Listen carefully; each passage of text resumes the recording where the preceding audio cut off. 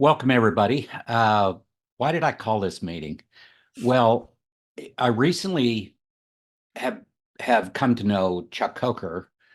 Chuck is here with us today, and Chuck is long time in the assessment development. He's got a lot of proprietary assessments. He's created a lot of online courses, really deep and impactful products and assessments that can make a real difference in coaching and consulting, in training in so many different areas. Chuck introduced me to Michael, who's with us today as well. And Michael is with a company called Two Story that has created an assessment called Habit Story. And I'm not going to try and explain it myself, but here's what I want to say to you. And I know a lot of you couldn't join us this morning because you had conflicts, but I'm going to get this recording out to everybody. I want you to have this information. Why do I think this is so important? This is, I think I've only used the term game changing assessment two times. The first is when I ran across emotional intelligence and the emotional intelligence assessments and the incredible value that that adds. The second is Habit Story. And I am very excited about what this assessment is going to be able to do, because if you think about it, and I'm going to put up a link in the chat, and you can go to my website eqfit.org and look for the blog that says Game Changing Insight. When you find that blog article, it describes the Habit Story assessment. But just to say, I'm so excited about this because what used to take me 4 different assessments to get a similar picture and be able then to try and explain that to somebody, I can get now in one assessment. And that's the Habit Story assessment. So, Michael, I'm going to pass this to you and let you kind of walk us through what this is about. And then we're going to get Chuck involved. Chuck has deep, deep experience and background in the theory and the practical use of this assessment. So, Michael, take it away. Yeah, thank you, Steve. I'm delighted to be with you today and share a little bit about Habit Story. Habit Story has been around in pieces for decades. Some of the original questions that are featured in Habit Story have been in the field in a variety of different psychometric tools for a few decades. And more recently, about 3 years ago, we began investing in the development of the tool. It's used today by coaches and consultants. And as Steve mentioned, we find that some of the insights that it reveals, they get at the root cause of behavior. Not just superficial behaviors or even values that can be adapted in the moment, but actually measuring some of the underlying mindset that animates behavior. And so in a little bit, Chuck will describe some of the specific differentiators and just why we think this is such a powerful tool. But I want to start with a little bit of a background on what are habits.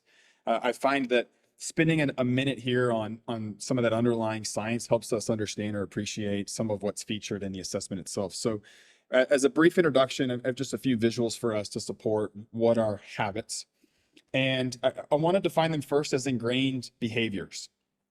Habits are ingrained behaviors. They are a reflection on past experiences, specifically the survival strategies that we deployed in the past, that in the current moment serve us in some cases, and in some others may actually hold us back.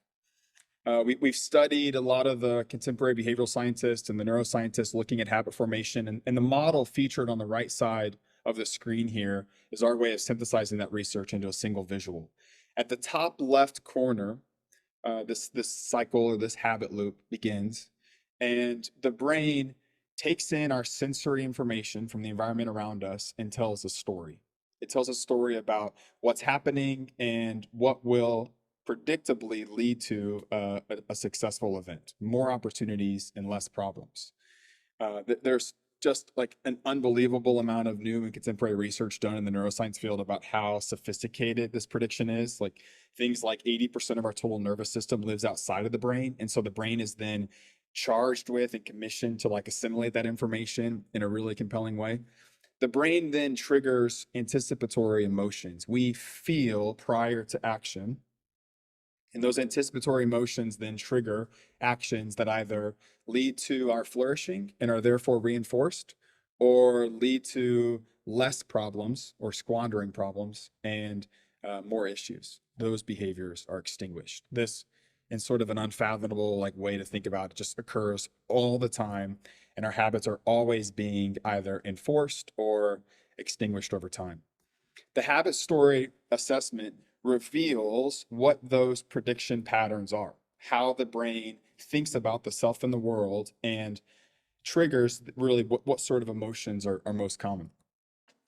The four anticipatory emotions that are measured are drive, care, fear, and hope.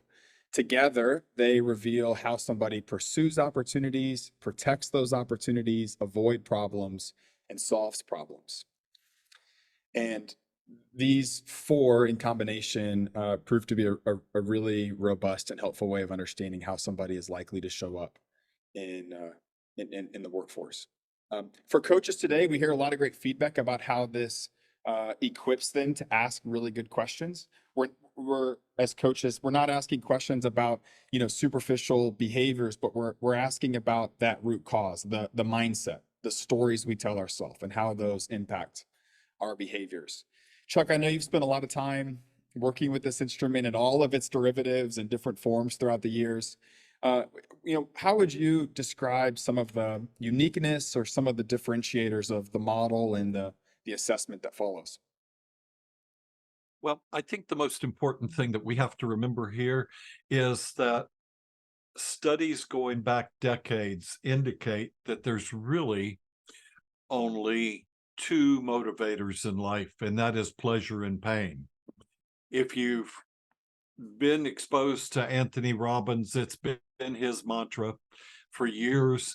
The problem is Mr. Robbins doesn't have a tool that actually assesses and measures that in an understandable format. The theory is correct, but habit story does that. The pleasure can come from two particular areas, the drive or the care. This is what allows us to be productive. If we have the drive and the care to achieve an objective, then we can do that. It also is that same drive and care that allows us to be responsive in a timely manner. And that's the key, in a timely manner in achieving those objectives, building and maintaining relationships. On the other hand, there has to be the aspect of pain. Otherwise, we lose the drive and the care. Fear causes anxiety, which is a mental form of pain, obviously, and has a massive impact on our habits. Hope tells us that we can get beyond the pain. So when you combine all four of these things, the unique aspect is the fact that it can be used either productively or counterproductively. And when you have an understanding of how the productive versus the counterproductive work, you now grasp the whole concept behind why is someone with so much potential not achieving their objectives, not maintaining relationships, not succeeding where they have immense mental capacity, and why do they not reach the goals that are so relevant and important to them? Well, the reason is because the counterproductive aspects have to be measurable and comparable to the productive habits, because when we have more productive habits, we can climb mountains, we can achieve objectives, we can be the Sherpa as coaches to help get the people to where they want to be. But if you do not understand the counterproductive strengths of these habits, you will never get them over the hump. And that's the key. One of the studies that I did with the largest recycling companies in the world was the fact that accidents actually increased after safety training. Why? Because people got confident and cocky. So we began to analyze that process. And in that process, what we discovered was that when you put in positive aspects into a person's life, it actually energizes them. But if the person is energized counterproductively, then those counterproductive skills literally overwhelm all the good that you put in. And those of you that have been to motivational seminars, and as coaches, I think we've all been there, have discovered the fact that when we energize a person, both the positive and the negative, or the productive and counterproductive skills, are energized together. So what happens is, when we go to these motivational seminars, we learn something. Wow, I can't wait to put this into application. 2 hours after you leave the seminar, well, I learned one good thing, and I'm going to try to get that focused. And then 2 weeks later, it's forgotten. Why? Because the counterproductive skills have overwhelmed the productive skills. So what we've learned is that if you remove the counterproductive skills first, the mind has the place and the position and the room, literally, to reinforce the positive skills that are there. Those productive skills can then take over. But if you don't remove the counterproductive skills first, you are simply energizing them to act or react like they do naturally. And that's why we lose good people in the coaching process, is because we're not dealing with the issues that need to be dealt with first. If you understand that, you focus on what to remove first, then you build the skills in that most coaching companies teach. And there's many good coaching organizations out there, but the problem is they're trying to heap just good stuff in on this scrambled mess that most people are carrying around. And so what we've discovered is the secret to success is a step-by-step process. Let's deal with those counterproductives, remove them, and then energize the people with something they can actually achieve. So what I want you to understand is that this assessment is the only assessment. And after 34 years in this business and 34 years working with these principles, I can tell you I've done the research on multiple continents. It's the only assessment that measures the counterproductive and the productive on the same scale. And if you don't know that, you cannot coach your client properly. Well said, Chuck. We find in particularly coaching executives that, I don't know, maybe you've seen this too. Most of them are smart enough. They're capable enough. They have all of the knowledge and frameworks, and it's often rare that I can introduce something to them that they haven't already heard in some form or fashion. But what distinguishes those that are maybe stuck in the mud or derailed from their objectives is often those counterproductive habits. And so Chuck is right. Not only is that an important part of the assessment, but I would argue that it gets a disproportionate amount of focus in our coaching because it is that impactful for the results they have and the impact that they have on their team. So this habit story assessment is one that's been distributed amongst our initial network. There are very few coaches that use this tool today. There's about a dozen around the world that use them, and we are ecstatic to open this up and extend this beyond our coaching practice, but to really make this a tool that can be utilized outside of our network. Steve was one of the first, and frankly, chomping at the bit to introduce this to some of you all that are on the call today. I want to spend a minute and talk a little bit about the certification. I've participated in a handful of certifications over the years and find them to be sometimes helpful, but a lot of times it's such an emphasis on the tool itself, like how to administer the tool or how to use the tool, that it lacks some of the rigor or the substance that I'm usually craving. So we have approached this certification in a very particular way. It is a 4-day virtual training. Over the course of the 4 days, we spend the first two on the theory, the back end research. My team and I will bring in a bunch of sources from behavioral science and neuroscience with a careful attention that this is highly practical. So you'll find that it oscillates back and forth from theory and application, theory and application. The last 2 days really focus on using the concepts. There's a ton of interactive like breakout groups, and we'll unpack how the tool works. The hope is that at the end of the certification of these 4 days, there will be this understanding and this equipping of the science, the research, and the application of habits in the workplace. Steve, you participated in September in our small initial group that got access to this. What was your experience? Would you mind just sharing a little bit about how you experienced the certification? Yeah, absolutely. Um, Everybody I've invited, I think, has been through a variety of certifications, and most of you through the 6 seconds certifications in different emotional intelligence assessments and all of that. What was always lacking for me is the practical application.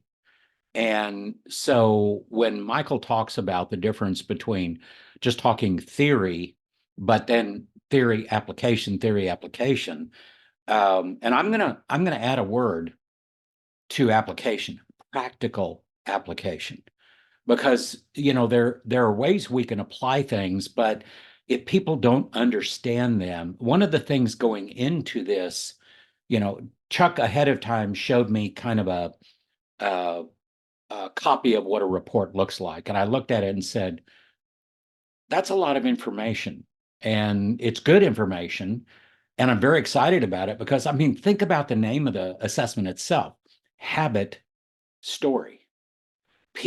Habits are neural pathways people have built over time through a variety of experiences, a variety of things that have happened in their life, environment, culture, all of that. And if you can't identify the root causes of those things, they will consistently, as Michael said and Chuck said, they will consistently be roadblocks. Well, for those of us who are deep into emotional intelligence and the use of that neuroscience, the reality is those are very strong drivers. And those are probably really well built neural pathways. So if we can't deconstruct and help people understand those counterproductive habits and the emotional drivers that go with those, then they're never going to be able to change those things. This is why I'm so excited about this. So when I went into the certification, I'm going, okay, I'm really interested in how you guys are going to get me to the end where I understand all of this in 4 days. And the reality is they did a really good job. Now granted, I've got 35 plus years experience in assessments and that. So but all of us have some of that background in psychometric tools, many of us in emotional intelligence and all of that. The thing that was intriguing to me was the connection between my work in emotional intelligence and the habit story assessment. Because if you saw that slide that Michael put up, which of course you did, the reality is those are all emotions, right? I mean, hope, fear, what else?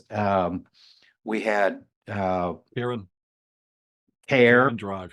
drive. I mean, all of these things are basically emotions and or emotionally driven, and we know the neural networks, the neural pathways, how those are built. Um, and so bottom line, there was an immediate connection for me. And this is why I think any of you that are watching this could take this habit story certification and immediately put it to work, because you're going to understand the deeper things going on with the emotions and how emotions are impacting people. Now, I use the 6 seconds model. I've used it for a decade now. But there's other models out there and they're just as good. So whatever model of EQ you want to use, whatever background you have, that's great. There's no problem there. The reality is I've never been so excited about an assessment. And why am I excited? Not just for the geeky science stuff, which I do like, but how quickly can we make a positive impact for our clients? And I can't think of anything else that's going to do that. Michael, do you have, or Chuck, do you want to add anything to that? I have one thing.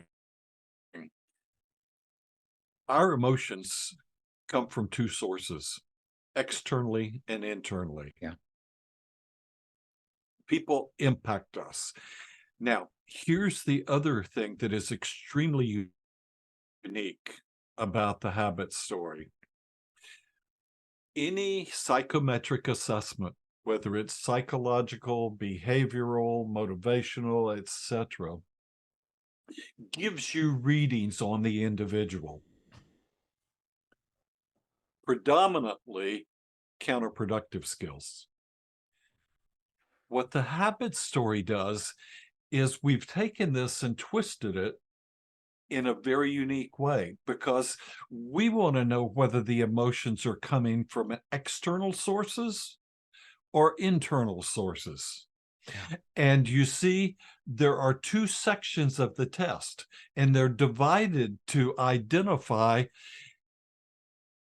is this person negative because their wife has cancer, their son is a drug addict, and the daughter is a prostitute? To make it, I know that's somewhat exaggerated, but the reality is that can put a person in a mindset where they do not achieve their capacity. But are they doing this because they are negative internally, have lost their ability to optimize, have lost their hope, have lost productive caution and fear? Are they doing it themselves, or is it being done to them? Now, as a coach, you have to know that, because all you're working with is the one individual who is having the challenges or that feels they need help. If you do not understand whether that is coming from an external source or coming from this person's internal source, you will not get them to their objective. And so not only are we measuring productive and counterproductive, but we're also measuring the external and the internal and how that is impacting the person's performance. You got 4 aspects now that are critical, but there's one more. And that is, how are they responding based on external and internal sources? And what are they able to accomplish based on that? So what Steve has said, yes, we understand these neural pathways and how it's impacting us, but until you know the source, you are just like the doctor sitting down with a prescription pad, writing out something. Maybe this will work for you since the other medicine didn't work. Maybe if you do this exercise in physical therapy, your back will feel better. It's trial and error. I'm going to say something to you, and some of you are not going to accept this, and that's okay. But after 34 years working with this theory and these instruments, I can tell you that there is an over 90% predictability with the results of this assessment. Right now, companies are trying to sell you multiple tests. They call it multivariate analysis. Yeah. What they're trying to do is triangulate, just like military people triangulate a target from multiple angles to make sure they're hitting the target. You don't need multivariate analysis with the habit story because you got it coming from 5 angles. Does that make sense? It makes a lot of Michael, your sense. thoughts? Yeah. Go I ahead, love your Michael. enthusiasm. Yeah. Let me share something practical here as we're looking at, just to give you a visual to supplement some of what Steve shared. Yeah, we are both high theoretical and very high utilitarian. So that my team and myself as well care deeply that this isn't just an interesting experience, but something you can really leverage and make use of as coaches. So the entire assessment ends with a take action page displayed on the screen. This sample gives you a sense of what to expect. The limiting belief, that mindset, the neural pathway, the story we tell ourselves that animates counterproductive habits is featured in the left column. There's examples and then some specific questions that you can incorporate into your coaching practice to make all of the really great information on the previous pages that look something like this to something that you can directly apply to the coaching practice. So I know Steve and Chuck, you may have additional comments to share, but I'll just close some of my thoughts and comments with an invitation. If you use assessments and are at least a little bit intrigued on what we've shared, please take Habit Story for yourself. I find that this is better to experience than try to have us explain it. And most of the people that are on the fence that experience it have a much richer understanding of what's different here than reading any sort of slides or blog article. Those are really great at describing our experience, but please try it for yourself. I remember in Atlanta meeting Chuck like a decade ago, learning about some of the underlying theory, and yeah, it's all been different since then. So please, if you're at least a little bit curious, just try it. It's a really great first step, and Steve can certainly set you up with access to do so. Yeah, absolutely. And we're going to move kind of into a question and answer format here in just a minute. And I have several questions. So, and I figured this is my opportunity, right? But it's side note, Michael just mentioned something about being utilitarian and that kind of thing. That's a different assessment that we'll talk about that you may not be aware of. It goes along with the DISC, a personality assessment. It's called mindsets or motivators. And bottom line, it's another upgrade to my assessment toolkit that Chuck has introduced me to. So, I just want you to know and not feel like you're out there in the cold. If you go, what? Wait a minute, what did he say? That's a different thing. But here's the cool thing about all of this. It works together. Chuck is right with the habit story. You don't need multivariate assessments, but I highly recommend a multidimensional approach to getting the right insight into the individuals you're working with so that you can really help them in a variety of different ways. Habit story is going to become prominent in what I'm doing because it gets to the root cause of so many things so quickly. And that then I can add, okay, let me measure your emotional intelligence, your leadership competencies, leading yourself, leading others. Let me see where the gaps are there that could maybe be helping us figure out how to reduce those counterproductives. Because as Chuck said, and so appropriately, until you reduce the counterproductives, you won't be able to move forward with that person. I've always had a question in my mind. I have seen study after study that says the average employee, whether they're a leader, a manager, or an employee, only uses about 40% of their capacity. Well, why is that? I think I now have a better idea of why that is. Because they can't access the other 60% on any kind of consistent basis. Now, you will have people out there that access more, and they may be at 70% of capacity, highly engaged, highly productive individuals. My hypothesis is if you did a habit story on them, you're going to see some very nice balances. You're going to see some really good productives and probably not counterproductives are minimized in a lot of areas.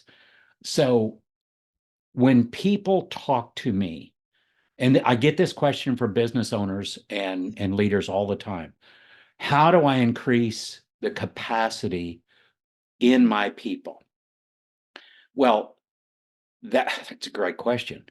And I think we now have a tool that can identify how we can create the right pathway to increase capacity, productivity, performance, because what we're doing is we're freeing people up from those counterproductives that have been holding them back. It's like they're taking a 25-mile hike and they got a 100-pound pack on their back.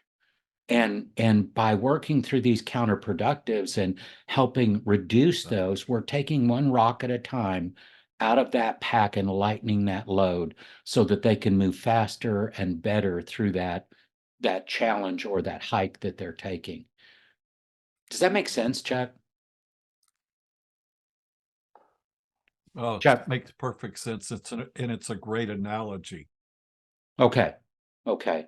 Yeah. So I want to go back. I'd like to kind of open the question and answer portion. By the way, Michael, when is the next certification? January 29th through February 1st. Okay. And it's 4 days, right? 4 days. There's the first 2 days are 4 hours. The last 2 days are 3 hours. We've designed it for people that don't have full days to give to things like this, but want to incorporate tools like this into their repertoire. So 4 days, a couple hours in the morning. Yeah. And having been through it myself, it's pretty painless. I mean, we got to be practical about this, right? It's a good certification process. It's good in the ways that it's easy to understand and the information is really good information. You're going to walk out of that certification with a lot more information that you're going to be able to assimilate in a short period of time. But then, Michael, you've created a community, an ongoing community, correct? That's right. There's a Slack community comprised of people that are certified in the habit story with real-time access to each other to be able to ask questions and share best practices and even have access to our team, various members of our tech team and non-technical team. And then we're creating space on a monthly basis for what we call meetups, where there's both a little bit of structured time to share updates in the product, to get feedback on the product, but also some open forum time to, like, once again, take a little bit of a deeper dive into questions of how do we incorporate this into things like selection, development, coaching, consulting, ask questions of each other. My vision for that community would be that there is a bit of a generative or a flywheel that happens within the community that the habit story assessment isn't just my vision or Chuck's vision or members of my team and their vision, but it's something that has a little bit of a self-sustaining community around it. And our hope is that that Slack community is a place to initiate a lot of that. Good, good. And so that everybody that's watching this video, Rich, you're here with us today. Thank you for that. Chuck and I are creating our own umbrella and inviting you into that. And I can tell you right now, there are so many good opportunities to enhance your coaching, your consulting through the tools, the courses, everything that Chuck and I have developed together and have developed individually, that are going to be extremely beneficial to you and your clients. And let me explain that. Chuck has developed assessments. I've developed assessments. You're familiar with my assessment. But here's the deal. What I've learned over time is we also need to empower people with the ongoing tools to put those assessments and that data into practice in a very understandable fashion, in a fashion that is very user friendly. So Chuck and I are working on all of that to support the work that you'll be doing. So if you're interested in the habit story certification, let me know so that I can get you hooked up and in that next certification process. Okay, I'd like to start with a question. Chuck, you said something about predictability. To me, that's a very big deal. and you said predictability at a 90% rate or even higher. I know a lot of my work has to do with hiring right, has to do with succession planning, has to do with building leadership pipelines, all of that kind of thing. Can you talk a little bit more about when you talk predictability, what does that mean?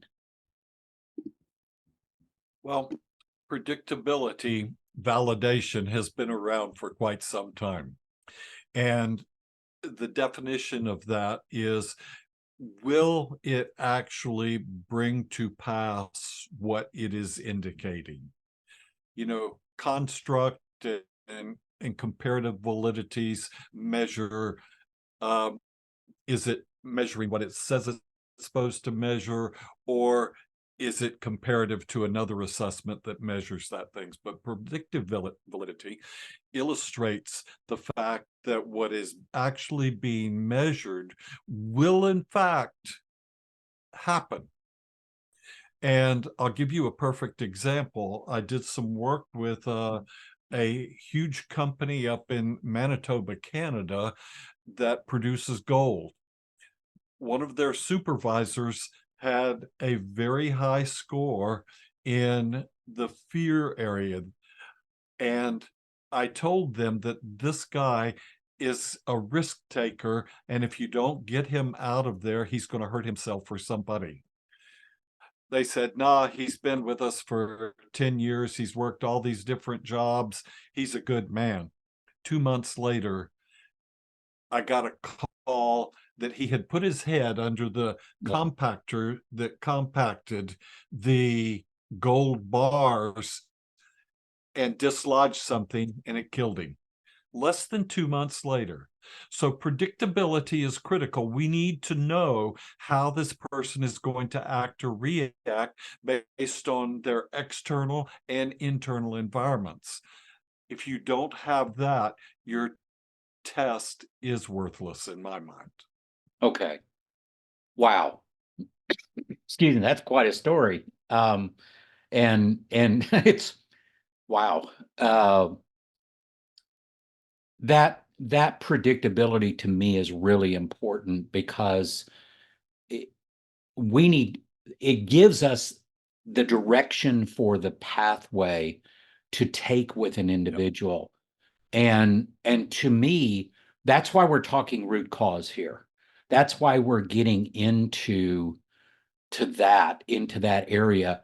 I don't, Michael, you've worked with some fairly senior level people with Habit Story. Talk to us briefly about how, I'm sorry, it doesn't have to be briefly. Talk to us about if I'm a senior leader, C-suite or something like that, how does Habit Story help me?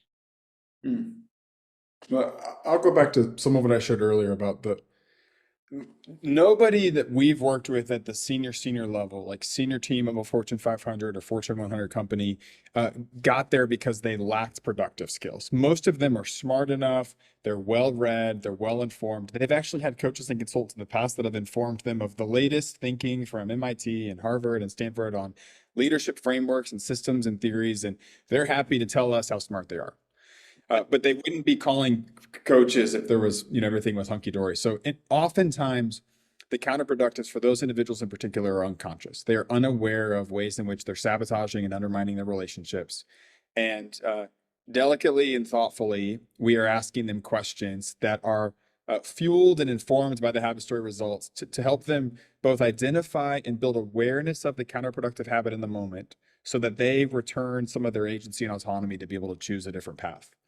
And I am I'm pretty regularly surprised how quickly some of this can occur. Like patterns of behavior that are 40, 50, 60 years in the making can be changed in a 6 to 12 month, 18-month coaching engagement if the person is willing to put in the work. And I think so much of what we've talked about over the last couple of minutes about counterproductives and getting, identifying what matters.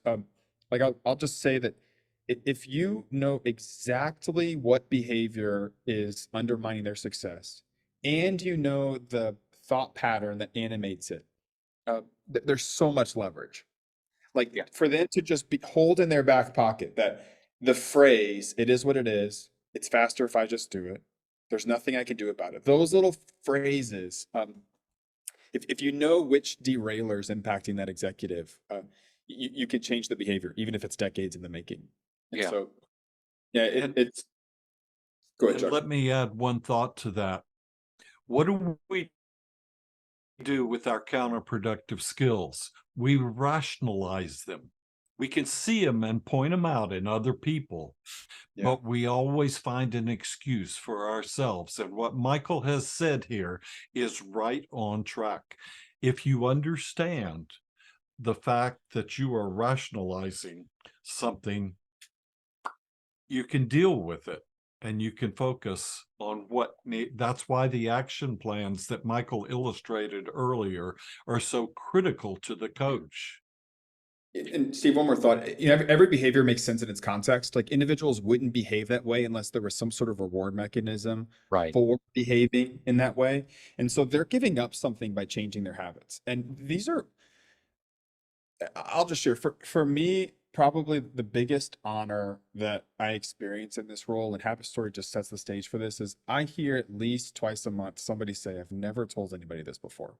And there's a certain vulnerability and like an intimacy in the conversation that Habit Story tends to promote and set the groundwork for. And so I think like getting to the heart of the matter, addressing what the reward mechanism is that keeps the habit in sequence, it's a huge honor. I mean, people in tears, people sharing that they're having insights that they've never had before. We've had clients that have introduced us to their therapist and said, "Will Yeah. you tell them what you told me? Because we've been talking about this symptom Yeah. for a year, but what you just said, it gives me insight into why I do what I do better than the last 12 months of therapy." Yeah. It's a huge honor. I mean, I don't take this lightly. I think this is ridiculously neat to be able to enter into people's lives at that level. That's good. Absolutely. Go ahead, Rich, Chuck. do you have a question?